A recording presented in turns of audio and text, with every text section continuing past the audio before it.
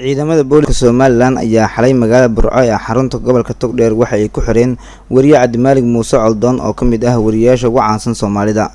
Ehelada wariyaha ayaa waxa ay sheegeen in xilligii la qabanayay uu gaari ku dhex watay bartamaha magaalada Burco yeeshee uu ka cararay isla markaana uu galay guri ku yaala magaalada Burco oo ay ka soo qabteen ciidamada. booliska gobolka Togdheer ee Somaliland ayaa waxa ay hore u sheegeen in maxkamadda magaalada Hargeysa waaran qabasho ah looga soo jaray wariye Cabdimaalig Muuse Coldoon. Cabdimaalig Muuse Coldoon ayaa ciidamada booliska waxa ay saakay u wareejiyeen magaalada Hargeysa ee xarunta maamulka Somaliland halkaas oo markii horeba looga soo jaray waaranka.